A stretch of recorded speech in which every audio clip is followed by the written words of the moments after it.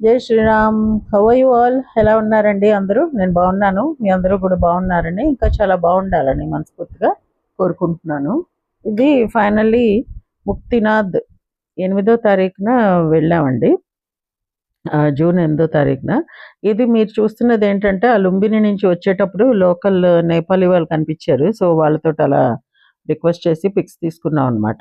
ఇంక ఇప్పుడు మీరు చూసేవన్నీ ఎన్ రూట్ టు ముక్తినాథ్. పొద్దున్న 4:15 కల్లా బయలుదేరామండి. టెంపో ట్రావెల్స్ లాంటివి బుక్ చేశారు. ఒక 2, 3 ఎన్నో. ఎందుకంటే ఈ పెద్ద బస్సు ఎందులో అయితే మేము తిరుగుతున్నామో అది అలౌడ్ కాదనమాట. సో వేరే ట్రాన్స్‌పోర్ట్ బుక్ చేశారు. పొద్దున్న 4:15కి బయలుదేరితే 10, 10:20 ఆ టైంకి మేము ముక్తినాథ్ రీచ్ అయ్యాం.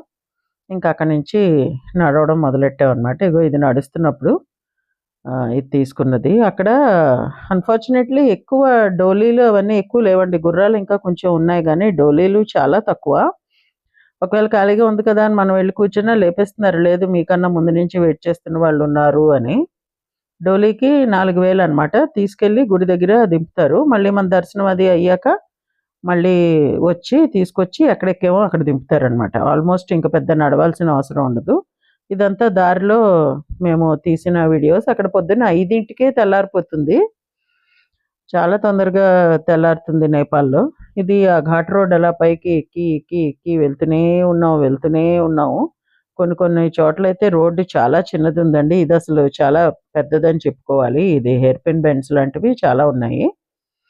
ఆహ్, చాలా నేరో పాత్స్ నుంచే తీసుకెళ్లారు. నాకు యాక్చువల్లీ చాలా భయం. బట్ ఏదో కష్టపడి కూర్చున్నాను. ఇగో ఇదంతా మబ్బులు ఎలా పట్టేసాయి చూడండి, మొత్తం మంచు కురుస్తున్నట్టు. బట్ అలా అని మేము దిగి 10, 15కి అలా రీచ్ అయ్యాం అంటున్నాను కదా! అస్సలు ఈ చలి ఉంటుందని ముందు నుంచి అని మేము వూలెన్ క్లోతింగ్ అంతా తీసుకెళ్ళాము. గానీ అస్సలు చలి లేదనమాట. పూర్తిగా ఎండలోనే మాడిపోయి నల్లగా అయిపోయి వచ్చాము. మొత్తం కమిలిపోయినట్టు స్కిన్ అయిపోయింది. ముక్కు మీద స్కిన్ అదంతా అక్కడే ఊడిపోవడం స్టార్ట్ అయిందనమాట. ఇదిగో ఇలా ఉన్నాయి. పక్కనంతా గండకి రివర్ అండి. కిందకి తొంగి చూస్తే మొత్తం ఆ రివరే కనిపిస్తూ ఉంటుందనమాట. దాంతోటి ఇంకా భయమేస్తుంది. బస్సు గాని పడిపోయిందంటే రివర్‌లో ఇంక మనకి ఎముకలు కూడా దొరకవని. యాక్చువల్లీ అలా అనుకోకూడదప్పుడు. ఇప్పుడు ఎళ్ళొచ్చేసాను కాబట్టి చెప్తున్నా. అక్కడున్నప్పుడు అసలు అలాంటి థాట్ వస్తే కూడా భయమేసింది నాకైతే. అందరూ అంటూ ఉన్నారు, "దీనికే మీరు భయపడితే ఇంకా చార్ధామ్ యాత్ర ఎలా చేస్తారండి?" లేదండి అలాంటివన్నీ నేనసలు ప్లాన్ చేయట్లేదని చెప్పానమాట. ఇది లోతెంతుందో చూపిద్దాం అన్నట్టు నేను బస్సులోంచి ట్రై చేస్తున్నా వీడియో షూట్ చేయడానికి. గానీ లిమిటేషన్స్ ఉంటాయి కదా! అంతకన్నా ఎక్కువైతే కనపట్లేదు. అగో ఆ కింద చూడండి ఎలా ఉందో. ఇక్కడ మనం అంత పైకొచ్చేసామనమాట. అందులోనే మళ్ళీ వచ్చే బస్సు, వెళ్ళే బస్సు ఆ సన్న రోడ్‌లో ఇప్పటికి గూడా ఇంకా కొన్ని కొన్ని జేసీబీ తోటి వర్కులు అవన్నీ కూడా నడుస్తున్నాయి. కానీ డ్రైవర్స్‌కి హ్యాట్స్ ఆఫ్ అండి. నిజంగా ఎంత బాగా డ్రైవ్ చేస్తున్నారంటే ఆ రోడ్‌లో. ఇంకోటేంటంటే అస్సలు టైమ్ వేస్ట్ చేయొద్దని ఆ డ్రైవర్ మా మా మేమెక్కిన ఆ టెంపో ట్రావెల్ డ్రైవర్ చెప్తూ ఉన్నారు. వచ్చేటప్పుడు కూడా వెళ్తురున్నప్పుడు బయటకొచ్చేయాలి ఈ ఘాట్ రోడ్ నుంచి. కొంచెం వర్షం పడినట ఫుల్ ట్రాఫిక్ జామ్ అయిపోయి 2, 3 రోజులు ఉండిపోతుందట జామ్ క్లియర్ అవ్వడానికి. సో, మీరు అందులో ఇరుక్కోకుండా ఉండాలి అంటే మీరు తొందరగా దర్శనం చేసుకొని వచ్చేసేయాలి అని అతను ఒకటికి 10 సార్లు చెప్తూ ఉన్నాడు. ఇది పొద్దున్నే కాబట్టి మనకి అలాగా క్లైమేట్ చాలా ప్లెజెంట్‌గాను అది కనిపిస్తుంది గానీ, దిగిన తర్వాత మటుకు ఎండ దంచి కొట్టింది. మీకు గండకి రివర్ చూపించాలని నా ప్రయత్నము. చాలా వీడియోస్ షూట్ చేసిన తర్వాత ఫైనల్లీ ఒక దాంట్లో కొంచెం కనబడింది. అది మీకిప్పుడు షేర్ చేస్తాను నేను. ఇదిగోండి. కొంచెం వాటర్ డిఫరెంట్ కలర్‌లో ఉంటుందనమాట. సిమెంట్ నీళ్ళలో కలిపితే ఎలా వస్తుంది ఆ కలర్‌లో ఉంది. అండ్ మనతో పాటు ఆల్మోస్ట్ ఆ ముక్తినాథ్ ఎళ్ళే వరకు అలా గండకి రివర్ మనతో పాటు ట్రావెల్ చేస్తూనే ఉంది. ఎక్కడా ఆగలేదు. ఎక్కడెళ్ళిపోతుందో, ఎక్కడ నేను వీడియోస్ షూట్ చేయలేకపోతానో అని అనుకున్నాను గానీ, ఇదిగో ఇక్కడ కొంచెం బ్రాడ్‌గా కనబడుతుంది చూసారా?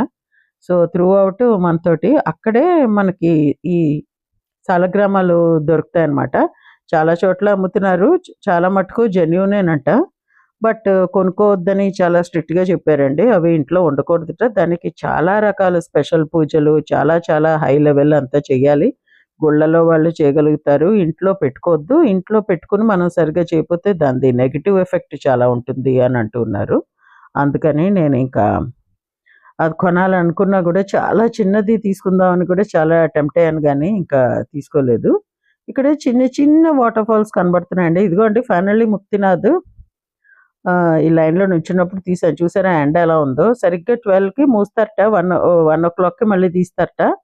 సో, మేము అన్‌ఫార్చునేట్‌లీ ఆ 12 లోపల దర్శనం అవ్వలేదు. సో, ఆ ఎండలో మాడిపోతూ 1 వరకు నుంచున్నాం. ఆ తర్వాత వాళ్ళు తీశాక మళ్ళీ మా ముందున్న వాళ్ళందరూ అయ్యాక మా దర్శనం అయ్యేటప్పటికి 2 అయింది. మళ్ళీ కిందకి వచ్చేటప్పటికి 3:30 అయింది బస్‌కొచ్చేటప్పటికి. సో, వెంటనే ఇంకో 10 నిమిషాల్లో అయితే బస్ బయలుదేరిపోయింది. ఈ ఒక్క వాటర్ ఫాల్స్‌ది నేను ఎలాగో అలా కష్టపడి తీయగలిగాను. మనం కెమెరా సెట్ చేసే లోపల వాటర్ ఫాల్ వెళ్ళిపోతుంది. ఆపమనడానికి ఇది మన పర్సనల్ కారు లేకపోతే ఇది కాదు కదా! డ్రైవర్‌కి ఆపు, ఆపు అంటే లేదు మనం వెళ్ళిపోవాలి, వెళ్ళిపోవాలి, వెళ్తున్నప్పుడు వెళ్ళిపోవాలి, ఆపమనొద్దు అని అతని గోల. సో, ఇదొకటి మటుకు కొంచెం జాగ్రత్తగా తీయగలిగాను. ఇలాంటివి చాలా వాటర్ ఫాల్సే ఉన్నాయి. నెక్స్ట్ మనం చూసేది 108 గోముఖంలోంచి స్నానం అండి. అది న్యాచురల్‌గా చూస్తారు.